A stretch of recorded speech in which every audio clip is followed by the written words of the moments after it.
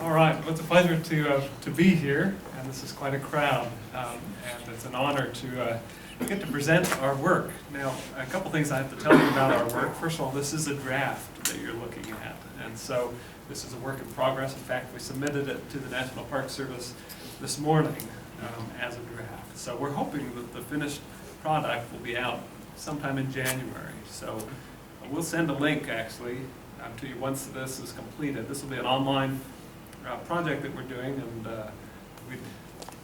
actually tonight we'd love your input. If you have any questions or any thoughts about what we can do to improve the product, we have a little bit of time left. We can make some fixes.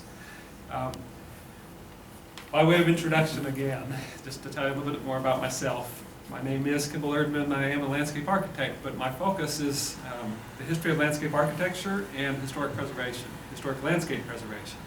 And in Vermont, I was able to work for about 10 years in firms on sites all over the country, and got to work on some fantastic projects. And then was able to bring that experience here, and this is my focus at the university. Addison, you want to say anything more about yourself? My name is Addison Warren. My dad was in the military, so I've kind of moved around a lot. But I came to the University of Arkansas 3 years ago, and I'm definitely really interested in historical preservation, hence working on this project. I'm a 4th year right now. Out of 5. So our program is a 5-year program, even for an undergraduate degree. I'm a 3rd year. I kind of happened upon this major a couple years back, turned out to be perfect, and then took a couple classes with Kimball and found out I loved history and definitely had an interest in historic preservation, got tied into this project, and here we are. So we're going to try to keep our presentation somewhat informal tonight and discussion, so feel free to chime in actually if you have questions or comments. Now, before we get too far, I do want to ask, is anyone from Rush? Now, from what I hear, there are a couple of people still alive that are, which is why I ask. Does anyone have ancestors or people that lived in Rush? A couple, okay, good. So you can correct me then if I say anything wrong, I hope. I would imagine that most people in this room have been there. I see a lot of heads shaking, yes, okay. So you're going to probably be at least a little bit familiar with our site. My hope is that you don't know too much about it, though. I think that we've been able to do a pretty good job of uncovering some of the history that we really don't know a whole lot about this site. At least we certainly didn't, and the National Park Service didn't. Now, some of you may even know members of the family, and again, if you do, we'd love to talk to you and get additional information. Okay, so this is a project that we began last spring. And this was done for the Buffalo National River, and it started as a class project. Historic Landscape Preservation was the name of the class. We had 6 students. Addison and Jordan were two of the 6. We got to go out on site and explore. We even got to float the buffalo for a few miles in March, which is kind of cold. Swam in it. Addison, we made it all of 200 yards, I think, before Addison's canoe tipped over. First time for everything, right? And we had 8 miles to go, and it was probably about 35 degrees that day. I was miserable the whole time. Yeah. But It was worth it. but it was a fun trip, and after the class ended, we weren't done with our project. And we knew we wouldn't be, but we had the resources that we were able to hire Jordan and Addison from the class, and they continued with me all summer long on the project, and they've even continued this fall, and we're nearing completion. In addition to Addison and Jordan, I have to recognize the Center for Advanced Spatial Technologies, or CAST. You're going to see some pretty cool digital products up here. We provided the history and the background for the work that they do, and they do all the fun stuff with the 3D visualizations that you're going to see, the animations, the gaming software, the fancy cameras. That's all CAST, but our students, and even the story map that you're going to see. But Jordan and Addison have gotten to work with CAST, and so they've been learning a lot of these tools, and so they've been very helpful. And they're a unit within the university, and they do work all over the world. They've done work on the Great Pyramids and all kinds of really fantastic projects, laser scanning, etc. And I've got to work with them on a couple things, but we've been very pleased to have them on this project. Okay. Why don't, well, we're almost. Let me say a couple more things, then we'll dive into this. All right. So we had a couple of purposes with this project. The first was to document the site. Okay? The site we're talking about is the Hicks Site. It's the stone wall, okay, if you've been in Rush, and you'll see it here in a moment. But our first task was to document the site. Now, it's been documented before.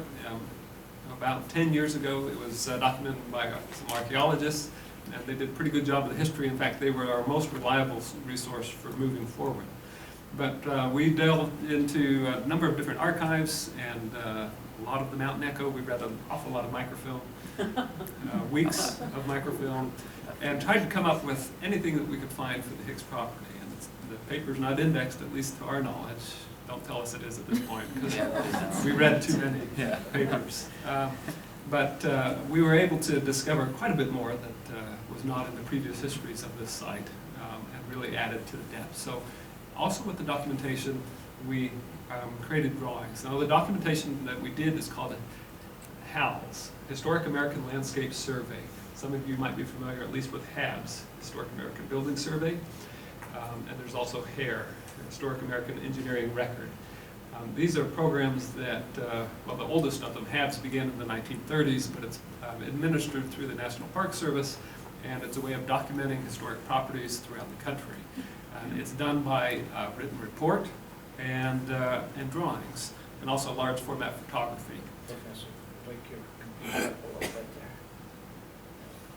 There we go. So we did the house documentation this summer. We did a report that is right here. If anyone wants to read it, it will be in the spring. It should be published in the Library of Congress. So they're reviewing it right now. It's about 65 pages. It's probably more than, I mean, it's all here. And you're going to get snippets of it tonight. But if you want the full report, wait a few months. It'll be out on the Library of Congress along with this drawing. You're welcome to come up and look at it afterwards. And that's part of the documentation. And that's what the house portion of the project was. And we finished that this summer. The other portion of the project, deliverable that we were asked to create for the National Park Service, was this story map that you see here. And this is the web interface. And this purpose, the primary purpose of this document, is not documentation, but interpretation. And getting the story out to the public, for people to hear about. And that's the primary purpose of this site. For those of you who have been there, you'll know that there's very little interpretation. There's some signs and tours that you can do around the Morningstar district. There's an awful lot more to Rush than the Morningstar area, and including this site, there's just nothing on the ground right now. So this is a tool that is going to get information out and allow visitors to view that information. There's one small problem, however, and this will be viewable, by the way, on mobile devices. The only problem is you don't have cell coverage when you're down in the valleys. At least now, maybe never, but that is a bit of a glitch. So do your review of the project, of the site before you go or after, but maybe someday that'll be resolved. So this purpose, and what we're going to be talking mostly about tonight, is documentation. Okay, anything else we need to go over before we begin? I think we can start. All right. I'm going to try a dim setting, and if it's not enough, we'll take it clear down. You tell me if you need it darker than that. What do you guys think? Can you see well enough? No? All right, darker we go. I imagine this turns on somehow. Yeah, it's not plugged in is the problem. Oh, okay. Well, I'll manage. Well, let's see what we've got, and I'll go grab it. Well, that's- grab an extension cord. You like that? Yeah. All right, so here's our story map. And a story map is a product. Jordan, do you want to say anything about the story map? Yeah, the story map is a really neat program. It's kind of a digital, the one we use is called a map journal, and it's kind of a digital way to recreate kind of how you read a journal. It can tell the story in things called stops, so you click through, you have space for text and for different types of media. So this was a really useful tool for us to incorporate all of our historical research and analysis, as well as the countless photographs, newspaper articles, as well as like the digital stuff we did in CAST. We can incorporate all of that into a really easily like readable format. I had never used it before. It was really fun to get to know though. And StoryMap is a product of Esri. Some of you might be familiar with ArcGIS, perhaps. But this is one of their suite of programs. It's a rather new one, and again, it's primarily for public interface and online, getting information out online. A lot of organizations have started using these story maps, including the National Park Service, National Geographic, other places. So this is the format, and as we go through this story map, and I have to point out an introduction and our title, and I thought it was a little cheesy. My students liked it, however, so we kept it. But if walls could talk, the story of the Hicks Site in Rush, Arkansas. The reason why I kind of do like the title, even though I hate to admit it, is that that's all that's there today. And if you go by the site and you have these wonderfully intriguing walls and stairs that lead up into the jungle, as it were, that really start the imagination going. And it's very hard to find out any information when you're there on site about what this place was. And so it really is this wonderful introduction to this mystery that this story map then unfolds and starts to tell the story. By the way, I should go back one image. This video is not working very well, but we'll go ahead and show it to you. This is one of the fun tools that CAST has helped us with. This is a 360-degree video. And you're familiar with it, perhaps, this type of thing on Google Maps. But this is a way to provide an introduction to the site, at least what's there. Okay. So just to set the stage, I'll go ahead and read our prologue here. A stone retaining wall emerges from the forest on a prominent bend in the access road to Rush Landing, a popular destination for paddlers on the Buffalo River in north-central Arkansas. Even as a ruin, the walls lend an air of prominence to an otherwise forgotten landscape. Stairs beckon from the dense undergrowth, inviting imagination and mystery. What was this place? What happened here? What stories does the site have to tell? Professor Erdman, could Yes. you speak a little more into the microphone, please? I can certainly do that. Thank Does you. that help? Yes. Okay, so as we go through this story map, one thing that you'll notice is a repeat of this map right here. This is the draft, one of the draft components. So when the product is finished, we'll have a series of maps that will be interactive and allow people to zoom in and view portions of the site. But just by way of quick introduction, this stop is going to introduce people to the physical landscape. And what you're looking at here is the Rush Valley. Rush Creek runs down right here to the Buffalo River. Rush Mountain is here, and Clabber Creek is right here. Okay? So this is Rush Creek, and it's along Rush Creek that we find most of the mining activity and settlement in this area. And our site is going to be on this bend, but we're not introducing this quite yet. As far as historical context, again, I'm assuming that most people here in the room know the story of Rush. But the zinc was discovered around the 1880s. And it was a boom and bust town. There were peaks especially the greatest peak during World War I, in which you find different accounts, but anywhere from 3 to maybe as many as 5,000 people were crammed into this narrow valley. And there were also lean times as well. The largest peak again happening during World War I. And then afterwards, we see this mass migration away from the valley. A couple of spurts, attempts to restart the mining industry. But it's largely done by the time we enter the Great Depression. A couple of, again, late attempts to restart things, but it's largely done by that point. I'm not going to take the time now, but again, if you do in the future revisit this site, I would encourage you to watch this video. It's a 13-minute video, Men in Dust. It's a documentary that was actually produced during the Depression about the Joplin zinc mining district, which was very important, the most important zinc mining district in the U.S. At that time, and Rush is kind of an outlier then. But the documentary is very useful in understanding at least some aspects of the zinc mining process and what it was like to live during that time and be a miner. What this map is going to show will be the extent of the mining development here within the valley. The Morningstar district, which is the one in which the houses, if you go to Rush today, there's a few houses that are still standing. Those are up in the Morningstar portion of the Rush mining district, and this is where the mining began. And that was one cluster. Now there were multiple mines all up and down the valley, even across the Buffalo River, and also up the Clabber Creek valley as well. And each mine tended to have its own community cluster with it. And so this map is going to show those community clusters. We also find, though, that during the peak, again during World War I, those clusters for the most part blend together. Much of the development in Rush was very hasty, again, very much a boom town, and so there were a lot of people living in tents and ramshackle dwellings. And we do find some more permanent structures, especially the Hicks Site, where we're going to look in just a moment. The bottom image that you see here is actually a new town that was created. The initial town sprang up around the Morningstar district up here, right in this region. But the new town that was developed on the mountain of the Buffalo River is the image that you see down here below. It was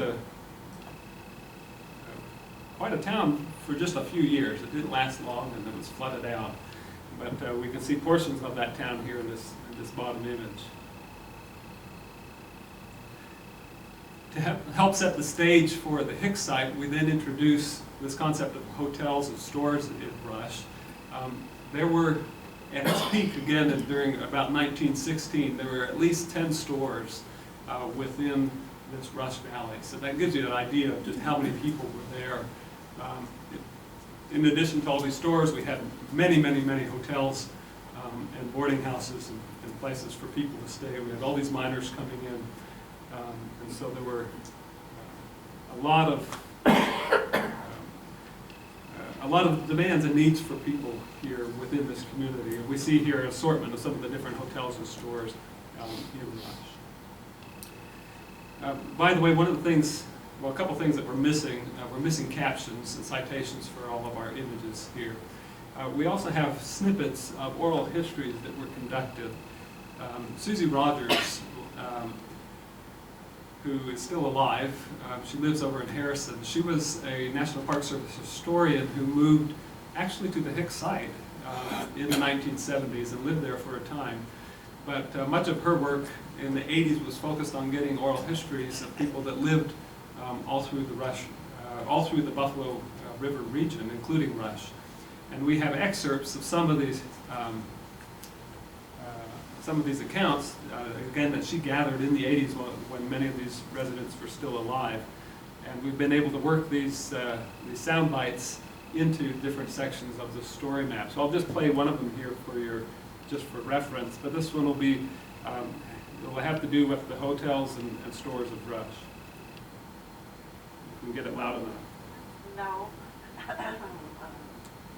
You and Nugget, long enough time my daddy died, and after he was carrying mail though, and he told Mother, they lived just on the bank above the Boiling Spring, and he told Mother, he said, if you will make your grocery list and give me what money you have to spend for groceries, let me bring it to you from yours. And then you bought a quarter's worth of sugar and 50 cents worth of beans and so on and so forth. And it was, they had a kind of a scoop or a shovel, they put it in your sack and weigh it. And all 50 cents worth of beans are on Rush, and he got to bringing it from town. You all saw the difference. But of course they had to make a profit because they had to hire it hauled from, That'd be quite a job to Yes. get in supply. Yes, it was. So really, but you couldn't blame the merchants for, asking more.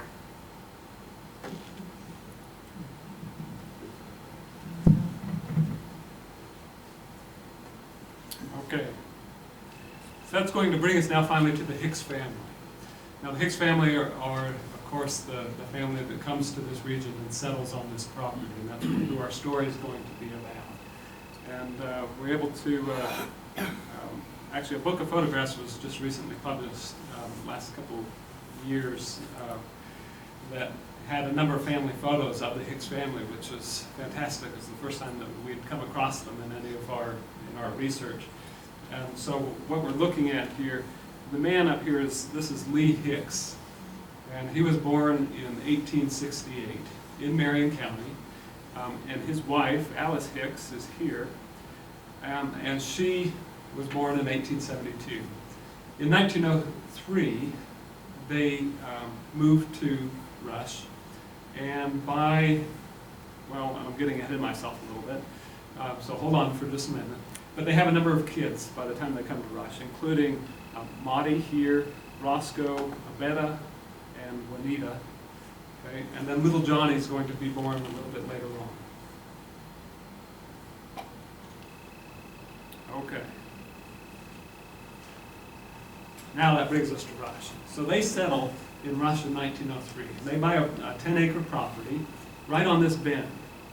Okay? Now, this is halfway between, kind of marking the halfway points of the development of Rush. At one end, the upstream end, is the schoolhouse. There's a picture of which you see here, no longer remains, but the schoolhouse is right up here. And at the other end would have been the Buffalo River. Later on, Newtown, but it wasn't there yet in 1903. Here we see another 360-degree photo of the Buffalo River, and looking up in this direction, right through here is the mouth. This is the mouth of Rush Creek as it meets the Buffalo. So they're in a very prominent position then. Again, the Morningstar District being here, they're on this prominent bend that happens to be very centrally located. So it's very strategic in terms of its location and the ability for the family to establish several different business ventures when they arrive. The first thing they do, their first business venture, is a hotel. What we can't tell is whether or not they built the house in 1903 or if they bought an existing hotel. We haven't found documentation to tell us one way or the other. We do know that this is the structure, though. But another thing we don't know is what it looked like when they purchased it in 1903. This image comes from the probably late teens, early 20s. And it's very likely that it's been added on to. There's some what appears to be some additions to the structure.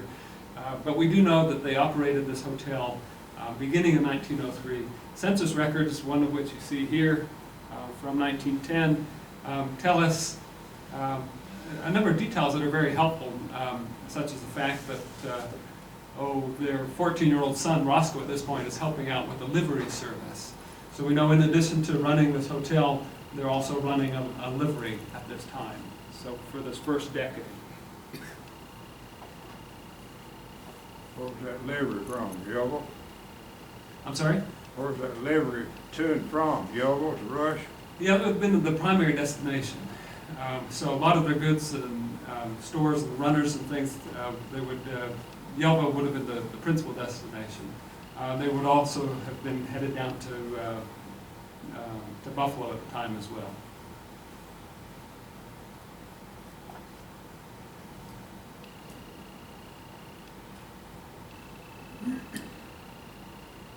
Maybe I'll read some of these newspaper clippings as well as we get to some of these, as they're quite, we found little bits of newspaper that, again, we had very limited documentation from the family itself. We did have an account of Obetta, by the way, written in '77 that was published that gives us some of the detail that was very helpful.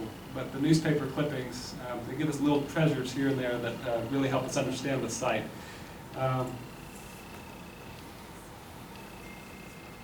Talk about the enterprising firms of Lee Hicks. Let's see, the Hicks Hotel is conducted by Mrs. Lee Hicks. So she's the one that's managing and running the hotel for the most part. Is very popular with many mine operators in this section of town and the traveling public, and their tables are always supplied with the best markets affords. Okay. The water source. This is something that we found mentioned in one of these newspapers, and let me read this here to you. While the hotel accommodations at Rush are very limited, no one needs stay away from the camp for fear of not being, I'm going to stop this before we get too dizzy, for fear of not being taken care of. The one hotel run by Lee Hicks is a home-like place where you are offered plenty of substantial appetizing food, and where crystal water, piped in from a spring on the mountainside, trickles perpetually into a crude reservoir in the yard, making a music that not only invites but impels sleep. The reservoir actually comes from this, or the pool is right here at the bottom of this very small waterfall in this little box canyon that's directly across from the hotel. And there's a pipe, and you can still see the pipe emerging from the ground today. And that pipe ran down through this, let's see, down this steep little canyon. And if these trees were not here, and they may not have been, it's likely that they were cleared during this time, the early 1900s, you would see the hotel from here. And this pipe ran down over the creek, under the road, and into the yard of the hotel, where they had a couple of barrels that then collected that water. And I can show you if we back up here.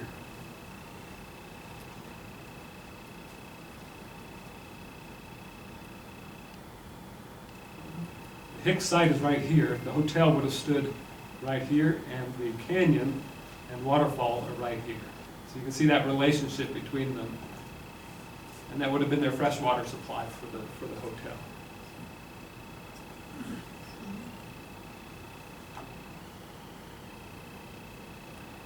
And this clip, by the way, this audio clip talks about people using this waterfall as a shower and that type of thing. I'm not sure how that would have worked if you're also drinking that water. But nonetheless, it was a popular spot, I guess, for miners and others to go and cool off after a day in the mines. Great. Very beautiful area too, by the way. So livery service, they had a barn, and this represents one of the problems that we find here at Rush, is lack of documentation. This is not the Hicks livery barn. This is the Morningstar livery barn just up the road, and it was only relatively recently destroyed within the past 10 or 15 years by fire. What we do know is that the Hicks barn was similar to this one. We have oral history accounts that tell us it was similar. We also know it was painted red, and we know it was located very close to the hotel. You're not going to be able to see it very well on this map, but it's right up here, the hotel and store down in this region. So it's just up the road, right on the road. And it was this large barn, livery service. Again, Roscoe, the teenager, was kind of running things in the 19-teens at least. And one of the features that they had, these are newspaper articles, by the way, are talking about cattle dipping. Some of you might know what I'm talking about, but right next to the barn is this concrete trough, and that's still there today, but it's completely overgrown. But there was a trough that was there, and we find newspaper articles, including in the Mountain Echo, that talk about the need to dip cattle to remove ticks. There's a disease that's going around, and so cattle had to be, it was required by law actually for cattle to be treated. They have to walk through this concrete trough full of insecticide to treat the ticks. My hunch is that this cattle trough probably served the community. The other interesting thing, by the way, is we know that cattle were allowed to wander freely through this area. There weren't fences and that type of thing, which might be one of the explanations, by the way, of the stone wall that we find at Hicks Site to help keep some of the cattle out of their flowers. That's a guess, but makes a little bit of sense there. So again, we don't have any documentation, any photographs of the Hicks barn, unfortunately. But we do know it's similar to the Morningstar barn. We also know it was painted red. We also have an interesting story, by the way, of flooding that occurred, I think during the 20s, in which the water got high enough up from the Buffalo that it flooded the Hicks barn. It tells you how far up the water came. 1927. 1927, there we go. And the water was high enough that they took boats up to the hayloft window and were unloading things out of the barn directly onto the boats to get out of the water. So, pretty interesting. Okay, that brings us to the store. So we know around 1911, 1912, the Hicks family extends from, they expand. So they're running the hotel and the livery service. And around 1911, they begin a store. Now, William Furneman had a store. He had a couple stores around in Marion County. And the one that you see here is in Onset, which is north of Rush a little ways. But we also know he had a store in Rush, at least for a time. In 1912, Lee Hicks buys a store and all the goods from William Furneman and starts running a store there. We know that William Furneman then establishes another store, maybe during World War I, and it's short-lived. The interesting thing is we don't know where this first store was. Lee Hicks is going to build another store in a few years, but we don't know where this first one was. It may have been on the property, I kind of doubt it. But we do know that he had a store. And again, we have some wonderful details from the newspapers. A couple of my favorites here. First of all, Roscoe, we know he's running the livery service. Roscoe has opened a cold drink stand next door to his father's store. So he's selling lemonade or something. Enterprising young fellow here. Lee Hicks has had several adventures lately chasing delinquents. Last week, a fellow bought a pair of shoes and cashing his check at another place tried to make a getaway to Buffalo. Lee run him down with his horse and collected the bill and also livery for his horse. They just naturally can't get away from him. So that's Lee for you, I guess. All right.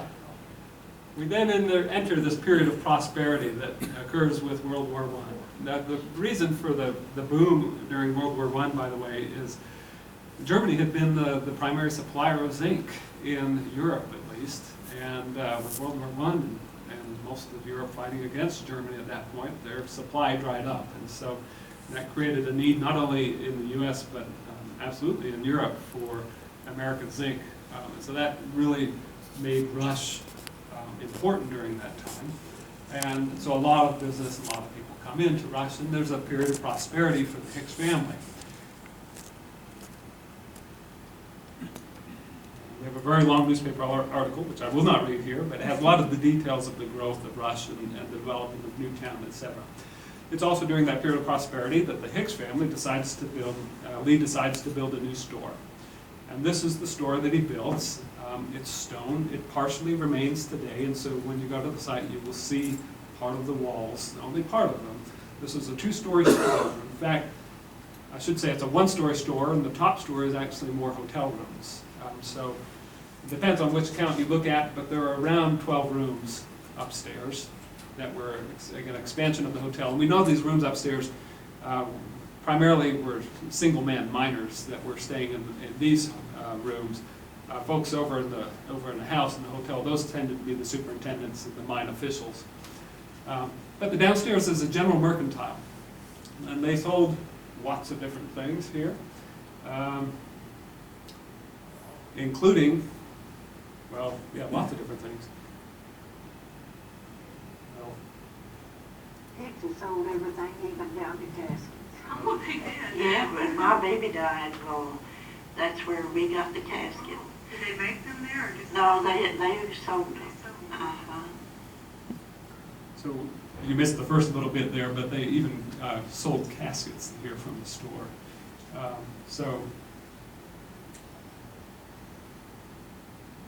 But they were very successful, and again, they did a number of things to expand their business. Again, they had these additional rooms up above the store. They also had a couple of tenant houses directly across the creek. And directly across the creek is a very steep bluff, and I'm not sure how they fit houses in there, but we do have oral history accounts even of people that lived in those houses. So they're no longer there today. But the image that you see here is of Alice Hicks. Again, Alice's primary role was running the hotel. And Lee took on the business of the store. Alice ran the hotel and tenant houses. And this is Alice, by the way, with her youngest son, Johnny. Looks a bit like a ghost there, but that's Johnny, and he's born in the teens. Here's an interesting tidbit here. Another quote Back then, nobody had indoor toilets, and every room had a pot. So she, referring to Alice, and her girls, her daughters, really had a job keeping things going, because she couldn't hardly keep a hired girl, because presumably of so much work that had to be done in emptying these chamber pots and everything else. That, and I get the feeling that maybe she was maybe tough to work for, but she could hardly keep a hired girl. Okay. It's at the same time that the store is constructed that we find the construction of the wall. So the wall is built in 1916. At the same time, the stone store is built. And this is a field stone wall with concrete stairs, and there are two sets of stairs. One comes in the side door that you see here to the house, and then one from the front. Now, one thing I will say is you're looking at a couple of the only historic images that we have of the site. So we have extremely limited photographic documentation of the site, which makes things very difficult in terms of treatment, recommending a treatment, or even interpreting the site, as you'll see here in a moment. But we do have a couple of images which have been extremely helpful, including the one that you see on your left. This image, by the way, is probably from the 1930s. This is most likely not members of the Hicks family, but the subsequent owners, the Maxeys. Mrs. Maxey there with her adopted daughter, Imogene. At least that's my hunch from this photo. So the house is a bit run down by then, but this is, again, it's a side view from this field stone wall. And here we have a younger group. This is back in the 1920s or late teens. You see these dapper young folks here in front of the wall, actually standing right about here.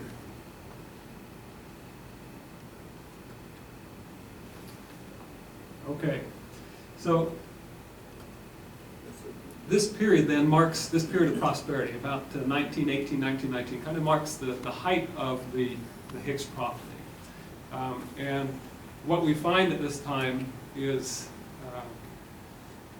the hotel, the stone store, the stone wall. We also see a number of stone and concrete flower beds, and those flower beds, by the way, still remain. They're geometric shapes. They are, there's circles and diamonds.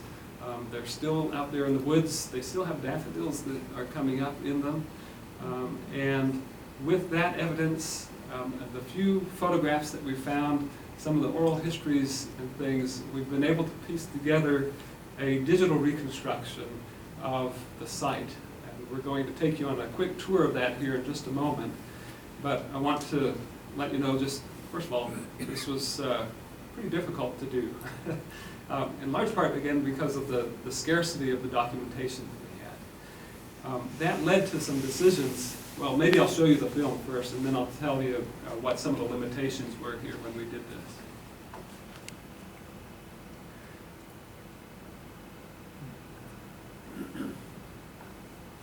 So what we're doing is we're following the road as one would follow it today.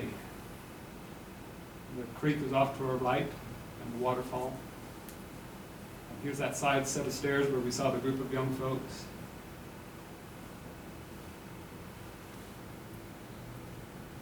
We still have a few things that we need to add to this model. And by the way, Edison's been our champion on the model, and Jordan has been our champion on the story map, although both of them have worked on both aspects.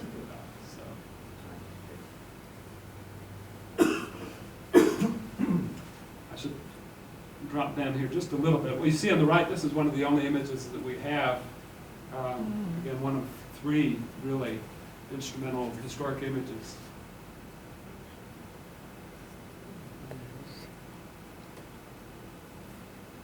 We don't know what this building was, by the way. Whoops.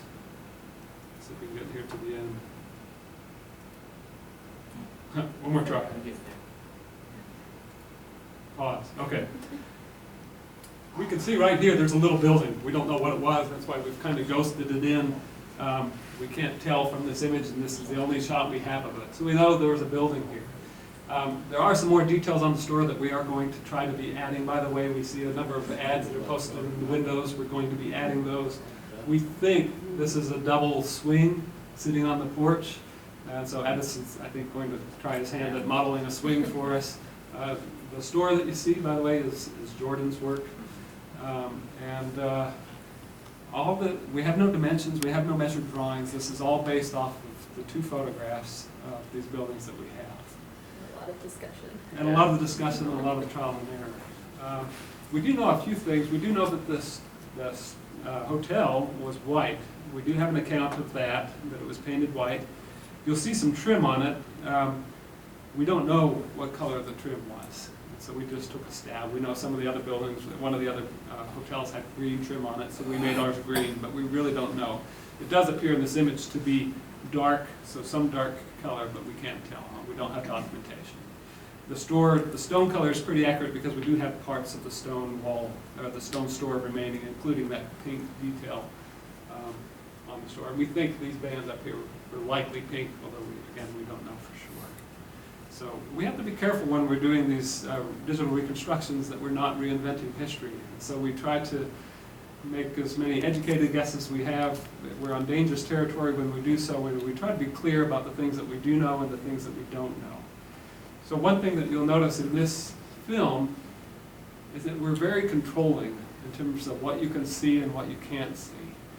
There's an awful lot more to this Hicks property that we're not letting you see. Behind this property, for example, is the Hall house. Alveda Hicks married Robert Hall, and they built a large house just up the slope behind here. We know all this, but we have no images of the Hall house, so we don't know what it looks like. We ghosted in a box, but we really don't know anything about it. So we're controlling the views, and so you really don't get to see much beyond this because we just don't know what these look like. You may have seen briefly in here a glimpse of 2 buildings across the creek. Again, these rent houses, we don't even know how many there were. We know that they were there. The livery barn is way back here where we started. The livery barn would likely have been just to our left here, maybe behind us slightly. But again, we don't know what it looked like. So we had to control that and not allow, we can't interpret it here, unfortunately.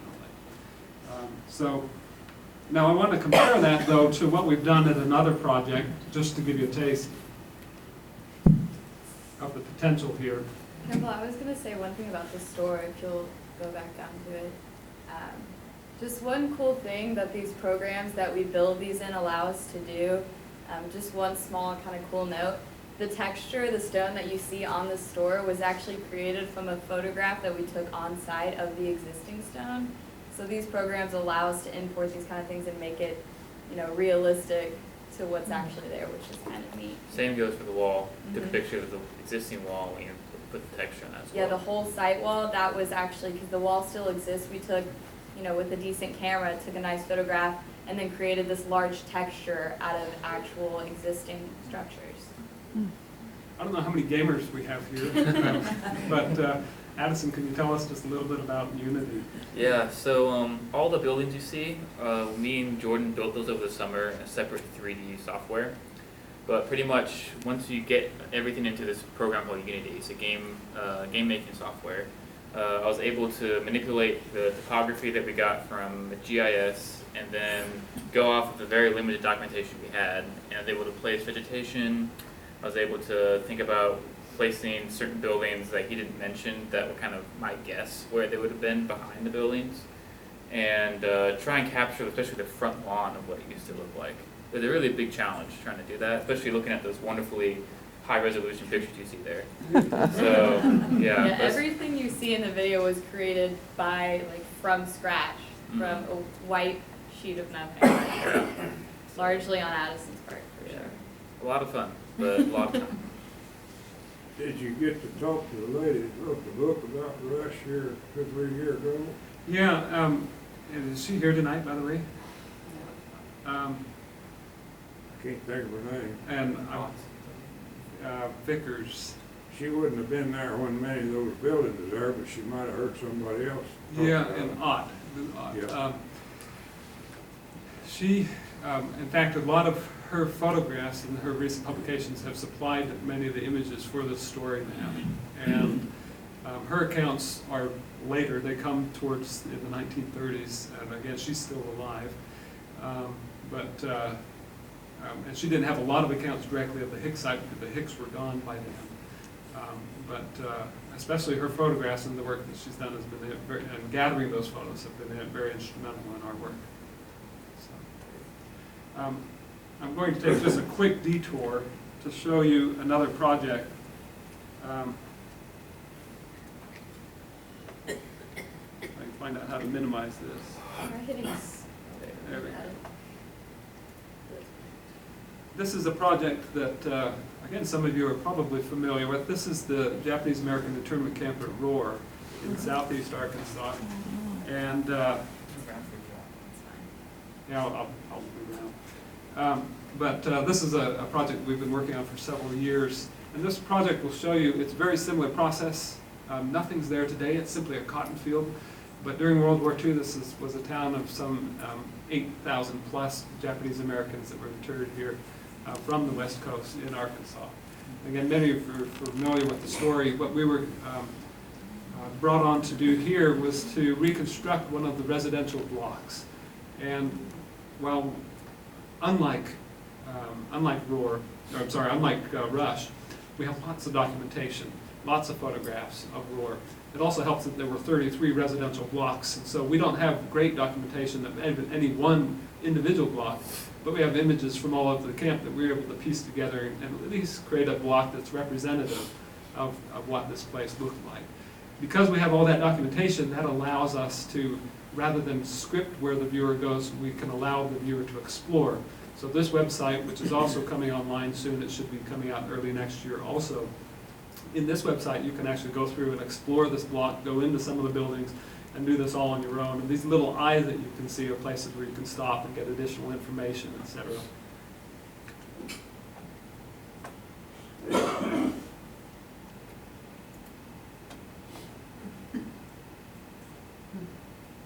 As you can see here, we can go through and we can explore this entire block, and we can see other parts of the camp. Now, we don't let you explore the rest of the camp, but at least you can see it from this vantage point. You can jump too. Yes, you can jump and you can climb on top of the buildings. We left the laser guns out, but I'm not sure what's happening with those roses. There's a few bugs still to work out. But again, you can go down and go into some of the buildings, some of the barracks and things, and I encourage you to check out that project too when it's completed here.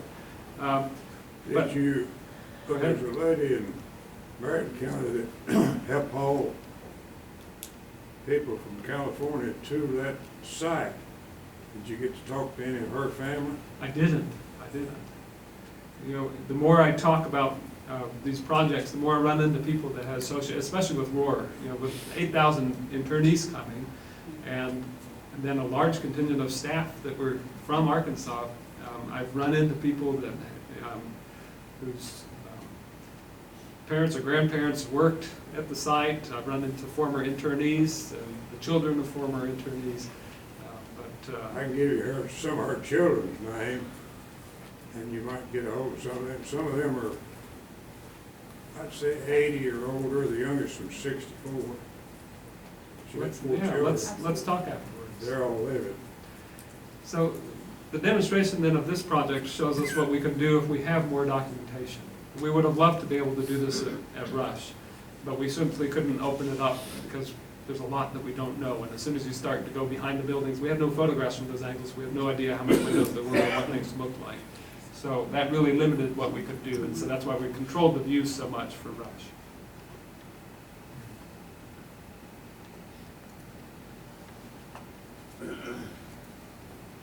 Now I'm going to have to pick up the pace a little bit in order to get through and allow you to ask a few questions. I think, Dave, is that right? Yeah, probably another 10 minutes or so before you do Q&A or something like that.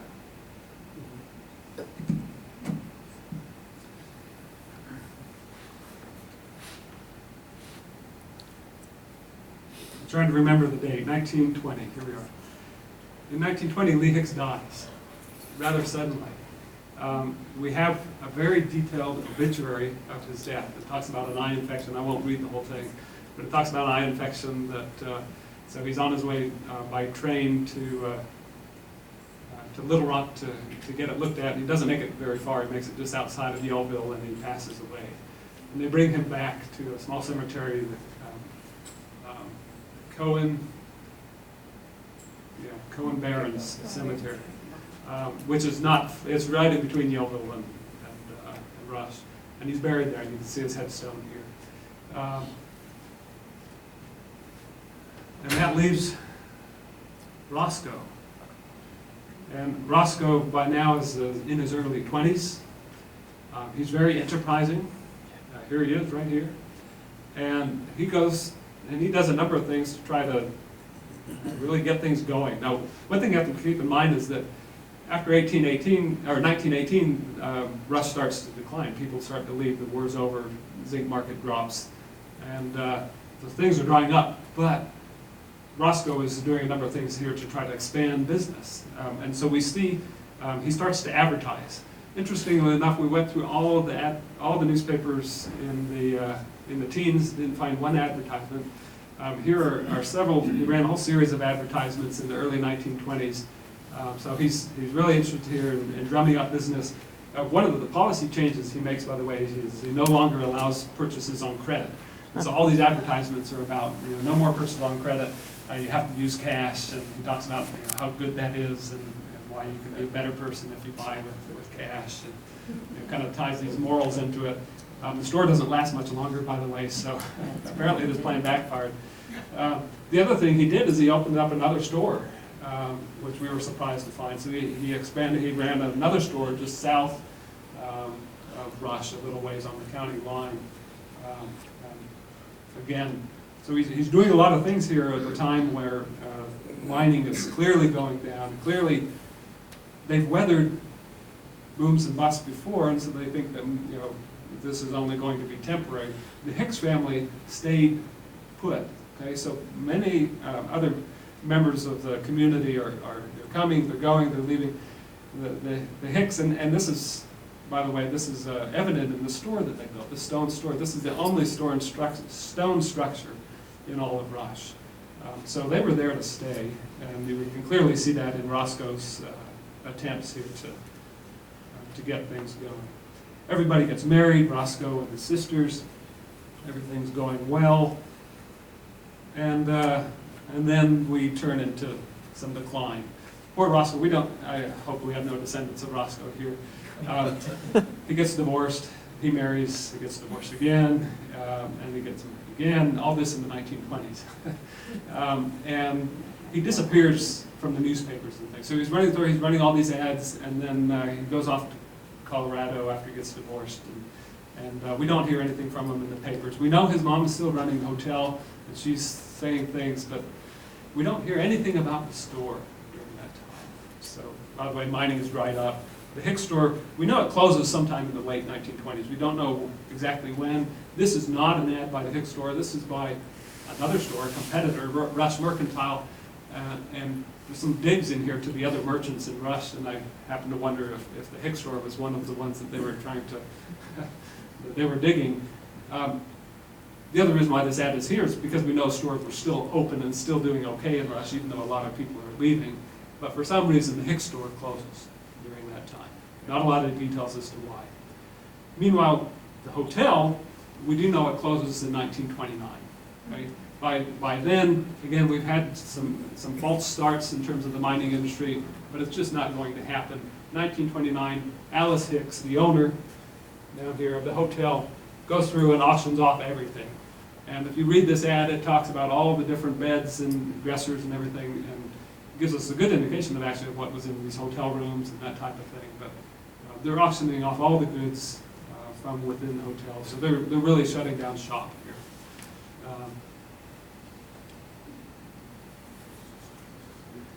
1929, Roscoe marries again for the third time. This time it sticks, though. He marries the school teacher in Rush, Maud Gentry, and they get married and they go off to Kansas City just before the Depression. And this census record shows us that they're living in Kansas City, and that young Johnny, his little brother, who's a teenager now, goes with them to go to school. And that's all recorded here in the census data for us. During the Depression, the hotel is sold, probably in the around 29, 30, 31 in that time frame. The hotel is sold to a couple different families. Eventually, the Maxeys, seen here on this car, end up with it. One of the few cars that would have been in a rush. So the hotel changes hands to the Maxeys. Here we see a couple photos of the Maxeys. Here, sitting in front of the vacant store. Here, standing on the porch of the store, actually, with the mountain behind. So the Maxeys are the new owners of at least of the hotel. The store seems to be vacant and nobody's in it.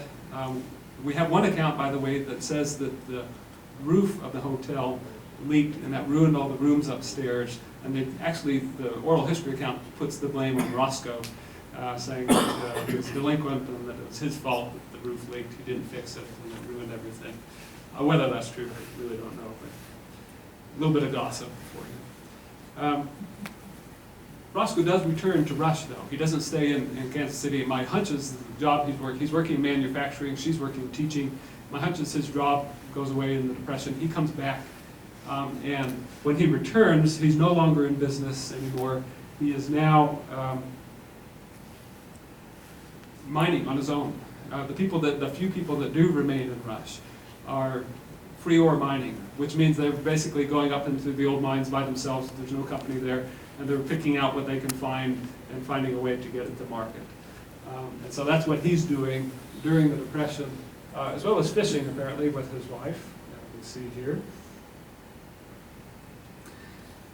One of the few resources that we do have is this aerial photograph from 1938. And this aerial photograph shows us the condition of the property right at the end of the Depression. It's a good time because it still shows us the general character of this property and what it looked like when the Hicks were there. So the Hicks are still living here. They're not in the hotel. The Maxeys are there, okay? But the hotel would have been here, the store here. And you can see the shadows, but the buildings are still there at this point. That hall house that I talked about is right here. Have you used topographical maps? Yes. Yeah, unfortunately, the USGS maps that we have, but they do show you where the buildings were. they do, at least as dots, not very accurately, but we use those in combination. 10-year apart. Yeah, we use those in combination with these aerial photographs actually to create our AutoCAD plans that you'll see up here, and also to create the digital reconstruction of the model that we've been doing. But that hall house, again, belonged to Obetta Hicks Hall, and that's where Alice moves to. After she sells the hotel. And Roscoe comes back, and they live in this house back here up until the early 1940s. In the early 1940s, Alice finally dies. She's buried next to her husband at the Cohen Cemetery. Young Johnny dies quite early. He dies in Montana, actually, but they bring him back to be buried next to his mother and father in the Cohen Cemetery. In the 1950s, Rush begins to be advertised as a ghost town. And this is an ad trying to lure tourism into Marion County from 1957. Rush, the ghost town, is indicated on this map. Okay? And we have this wonderful newspaper article from the 1950s, complete with ghosts. I love this image. And by this time, by the way, the Hicks have left. So Alice has died. A couple of members of the family go to California. Roscoe's actually one of the last to leave, but eventually he goes to California as well with his wife, and they spend the rest of their years in California. Their youngest sister, Juanita, ends up in Oklahoma, actually as a grocery store owner, believe it or not, but everyone else ends up in California. We don't know what they did in California, but we do have a few photographs of them there. In the 1950s, there's a lot of changes that happen. The hotel burns. This is an aerial photograph from 1963. The hotel is gone. Okay, it was destroyed by fire, perhaps arson, in the probably in the late 1950s. We looked for newspaper accounts of the fire. We don't find them. There were a lot of buildings that were being destroyed and rushed by fire at that time and by other means, and they probably just didn't keep track of all the buildings that were being lost. So the hotel, unfortunately, there was a family there that was trying to fix it up, but it was burned just as they were beginning to sink money into it. And again, there's indication that it may have been arson, but again, that may also be just hearsay. But we see the store that's being converted, at this point, by the early 1960s, the store has been converted to a residence. The top tier of stone has been cut off the store. They use that stone to add on to the existing cobblestone wall. So the wall that you see today is part cobblestone from 1916 and part cut stone from the old store that dates to the 1960s. The store now, the walls that remain are only 1 story high, again, because it was cut down when the store was converted to a residence. Buffalo Run National River comes on in the early 1970s, 1972. And at that time, portions, or shortly thereafter, Rush is incorporated into this district. Again, Susie Rogers, who's the National Park historian, lives here for 4 years, until she's eventually flooded out, actually. But she lives here for 4 years in this residence that was the store. So what we see here we see the steps, we see the 1 story, and again, this would have been 2 stories tall. The hotel rooms would have been up above. But we can see it as a residence here. Here's the Morning Star houses, a few of them at least, that are being protected.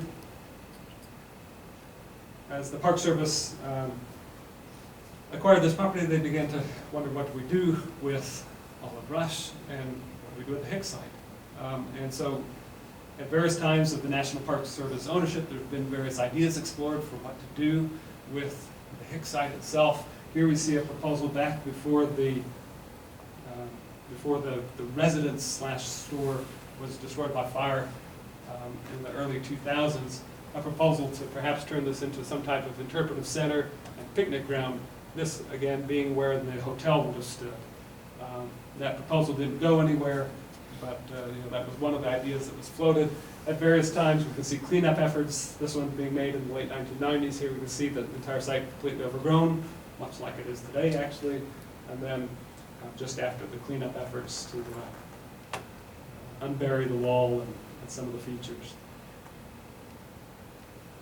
As most of you know, the store, what was left of the store was destroyed by fire in the early 2000s, leaving just the historic walls intact.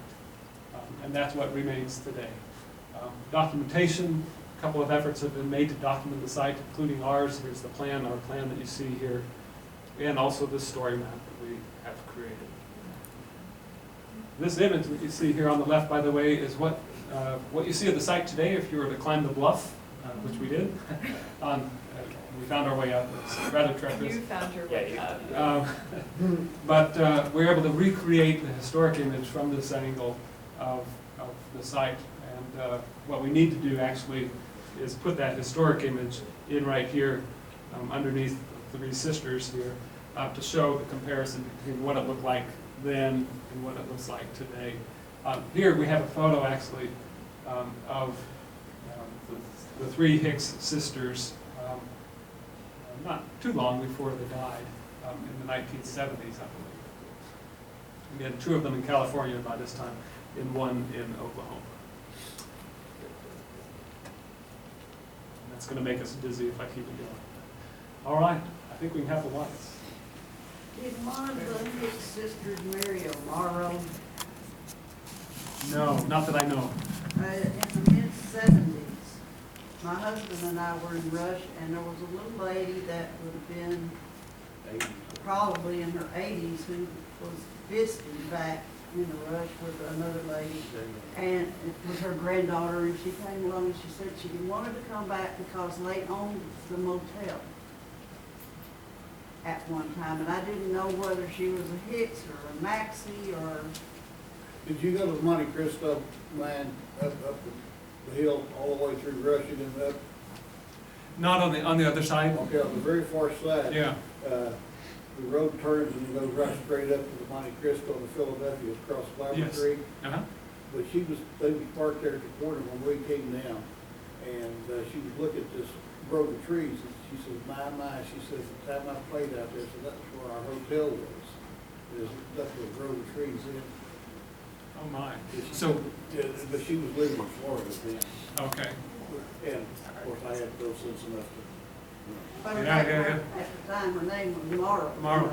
Well, that, the name rings a bell. I mean, there were Morrows in Rush. And again, there were a lot of hotels. Yeah, well, she said she left in 27 as a child. Okay. So in 27, that would have, the Hicks Hotel still would have been open. And Juanita Hicks, I'm trying to remember who she married. It wasn't Morrow though. She's the one that moved to Oklahoma, and she moves there around 27.